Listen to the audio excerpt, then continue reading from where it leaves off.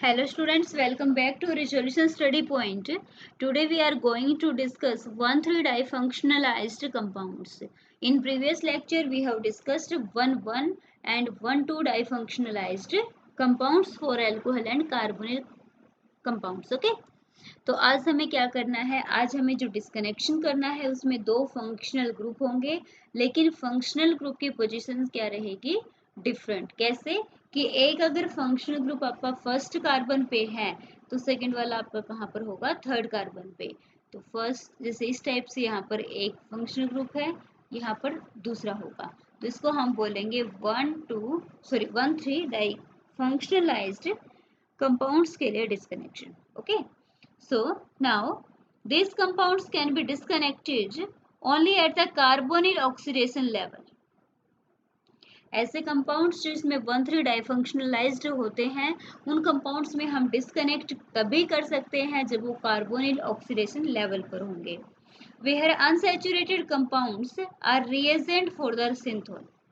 और सिंथोन के लिए रिएजेंट क्या होगा, अनसैचुरेटेड कंपाउंड्स। तो यहाँ पर हमें दो बात ध्यान में रखनी है। फर्स्ट क्या है कि डिस्कनेक्शन होगा कार्बोनिल ऑक्सीडेशन लेवल के ऊपर, और सेकंड क्या देखना है कि जो अनसैचुरेटेड कंपाउंड्स होंगे वही सिंथोन रिएजेंट्स रहेंगे सिंथोन के लिए, कि जो कोरस्पॉन्डिंग सिंथोन बनेगा उसका जो रिएजेंट होगा वो क्या होगा, अनसैचुरेटेड कंपाउंड्स होगा। ओके, एग्जाम्पल के लिए देखिए, this is the Michael reaction effective for all carbonyl compounds, cyanides and nitro and most nucleophiles. तो हमने क्या बोला कि माइकल रिएक्शन का एग्जाम्पल रहेगा और कार्बोनिल कंपाउंड, साइनाइड और नाइट्रो कंपाउंड्स के लिए एप्लीकेबल है। एग्जाम्पल के लिए देखिए, आपके पास कंपाउंड नंबर 36 है, जिसका अगर मैं बात करूं नंबरिंग दो, तो आपको दो फंक्शनल ग्रुप दिख रहे हैं, एक जिसपे न्यूक्लियोफाइल लगा हुआ है और एक कार्बोनिल है। तो इसको हम बोलेंगे 1,3 डाईएक्स डिस्कनेक्शन। क्या नाम हो जाएगा, 1,3 डाईएक्स। डाई मीन्स दो फंक्शनल ग्रुप, एक्स का मतलब कार्बन हेलोजन बॉन्ड ब्रेकेज और कार्बन हेट्रोएटम बॉन्ड ब्रेकेज, 1,3 का मतलब 1 और थर्ड पोजीशन पे दो फंक्शनल ग्रुप हैं। तो यहाँ से आपको पता है कि nucleophile being electronegative carry negative charge and this compound carry positive charge. फिर हमने कहा कि जो पॉजिटिव सिंथोन आया है इसके कॉरेस्पॉन्डिंग जो आपका रिएजेंट होगा वो एक अनसैचुरेटेड स्पीसीज होगी। तो यहाँ पर आप लोग देख सकते हो कि एक अनसैचुरेटेड कंपाउंड है। ओके, एग्जाम्पल देखिए कि जो इस टाइप के जो एग्जाम्पल हो सकते हैं 1,3 डाइफंक्शनलाइज्ड कंपाउंड के, वो देखिए जैसे कि आपके स्क्रीन के ऊपर एक एनालिसिस आपको दिख रहा है जिसके अंदर दो फंक्शनल ग्रुप हैं। एक क्या है, एक आपका एल्कोहल है, सॉरी एक आपका ईथर है और दूसरा आपका क्या है, अमीन्स। ओके, इस टाइप के अमीन्स कब बनते हैं भाई, जब साइनाइड जो होता है इसका जब हम रिडक्शन करते हैं साइनाइड का, तो साइनाइड के रिडक्शन से क्या होगा, अमीन की फॉर्मेशन होती है। तो ये है आपका साइनाइड के रिडक्शन से बनता है अमीन। ओके, तो देखो इसका एनालिसिस की बात करते हैं। फर्स्टली आपके पास कंपाउंड नंबर 39 है जिसमें हमें अमीन दिखते ही क्या करना पड़ेगा, FGI क्या था, फंक्शनल ग्रुप इंटरकन्वर्जन, कि एक फंक्शनल ग्रुप दूसरे में इंटरकन्वर्ट हो गया। तो यहाँ पर आपको पता है, मैंने अभी बताया कि अमीन किस टाइप से बन सकता है, साइनाइड के रिडक्शन से। तो यहाँ पर जो CH2NH2 ग्रुप था ये किस में कन्वर्ट हो जाएगा, साइनाइड में। अगेन नेक्स्ट स्टेप पे हम क्या करेंगे, जो आपका अल्कोक्सी ग्रुप था इसको रिमूव करेंगे एज ए न्यूक्लियोफाइल, और यहाँ पर जो अल्फा हेलो सॉरी जो आपका पॉजिटिव केटाइन जो आपको मिलेगा यहाँ पर वो कन्वर्ट हो जाएगा अनसैचुरेटेड रिएजेंट्स में। एग्जाम्पल के लिए देखिए कि अगर आपके पास कंपाउंड नंबर 76 आपको बनाना है तो कैसे बनाएंगे। एग्जाम्पल ले लेते हैं हम सिंथेसिस के लिए, एनालिसिस आगे पढ़ेंगे। आपके पास ये कंपाउंड है, 7 मेंबर्ड रिंग है, इसमें एक हाइड्रोक्सिल ग्रुप लगा हुआ है। फर्स्टली सोडियम मेथॉक्साइड में सोलवेंट, ये क्या रहेगा, एज ए सोलवेंट। जो आपका रिएजेंट था उसकी रिएक्शन करा देंगे। तो यहाँ पर आपको पता है कि ये जो बेस है, बेस का काम है प्रोटॉन का ऑब्स्ट्रक्शन करना। ऑक्सीजन पर क्या आएगा, नेगेटिव चार्ज, वो किस पर अटैक करेगा, कार्बन के ऊपर, और यहाँ पर क्या जाएगा, नेगेटिव चार्ज।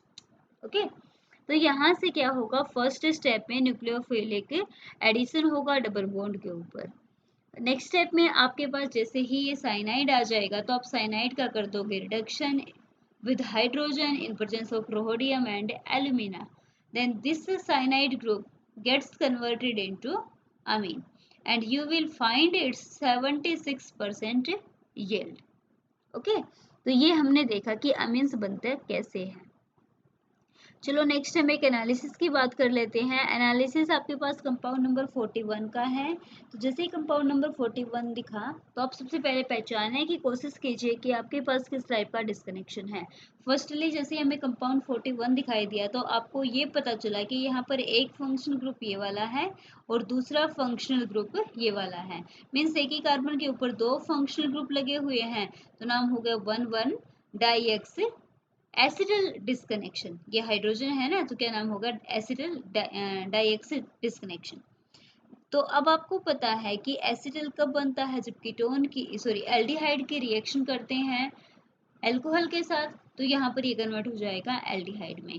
नेक्स्ट स्टेप में अब देखिए ये फर्स्ट है, ये सेकेंड है, तो ये थर्ड है।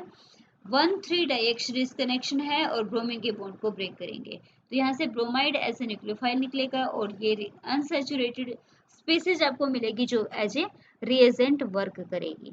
अब इसके सिंथेसिस की बात कर लेते हैं। सिंथेसिस बनाएंगे हम कंपाउंड नंबर 42 से। जो कंपाउंड नंबर 42 है इसकी रिएक्शन कर देंगे हाइड्रोजन ब्रोमाइड के साथ, तो जो आपको ब्रोमीन वाला कंपाउंड था ये मिलेगा। फिर हम इसकी कर देंगे इथाइलिन ग्लाइकोल के साथ और टारगेट मटेरियल आपको मिल जाएगा। तो जो भी आपका कंपाउंड था, कंपाउंड किस टाइप का था, कंपाउंड ये था आपका अनसैचुरेटेड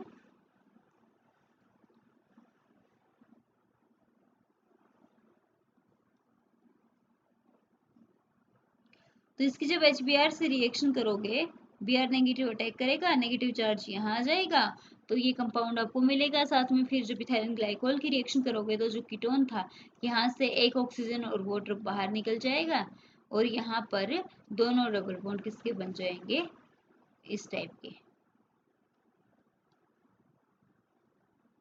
ओके, तो ये हमने एक बात की डिस्कनेक्शन और सिंथेसिस की 1,3 डाइफंक्शनलाइज्ड कंपाउंड्स में। तो हमने डिस्कस किया है 1,1, 1,2 एंड 1,3। ये ध्यान रखिए कि जितने भी डिस्कनेक्शन हमने बात की है सबके सब कार्बन और हेटेरो एटम के डिस्कनेक्शन है। इसके अलावा हम कार्बन कार्बन डिस्कनेक्शन भी स्टडी करेंगे, वो अपने नेक्स्ट लेक्चर्स में आएगा। एक और एनालिसिस का एग्जांपल देख लीजिए। आपके पास एनालिसिस है कंपाउंड 43 का, जिसमें फर्स्टली आप CO एस्टर का डिस्कनेक्शन करोगे, जिसके बाद ये अल्कोहल में कन्वर्ट होगा। अब देखिए क्या कर सकते हो, अब यहाँ पर FGI करोगे, FGI करोगे तो जो आपका ये CH2 था ये वाला, ये कन्वर्ट हो जाएगा आपका CO में ऑक्सीडेशन करने से। और फिर फर्दर आपके पास फर्स्ट सेकेंड थर्ड 1,3 डाईएक्स डिस्कनेक्शन अप्रोच लगेगा। सिंथेसिस करने के लिए जो भी आपका स्टार्टिंग मटेरियल आया है इसकी रिएक्शन करेंगे HCl के साथ। कंपाउंड मिलेगा 44 जो कि एक मिक्सचर होगा, उसको रिजोल्व करेंगे, रिजोल्यूशन करेंगे क्यूनीन के साथ और क्यूनीन से रिजोल्यूशन के बाद जो डेक्स्टर रोटेटरी कंपाउंड होगा उसको रख लेंगे। लिथियम एल्यूमिनियम हाइड्राइड से इसका रिडक्शन करेंगे। स्टीरियोकेमिस्ट्री के ऊपर कोई भी फर्क नहीं पड़ेगा, वो एज इट इज रहेगी। नेक्स्ट स्टेप में हम इसके बेंजोइल क्लोराइड के साथ रिएक्शन करेंगे और जो भी आपका टारगेट मटेरियल था वो आपको मिल जाएगा। तो ये था हमारा 1,3 डाईएक्स डिस्कनेक्शन अप्रोच। आई होप आपको ये लेक्चर समझ में आ गया होगा।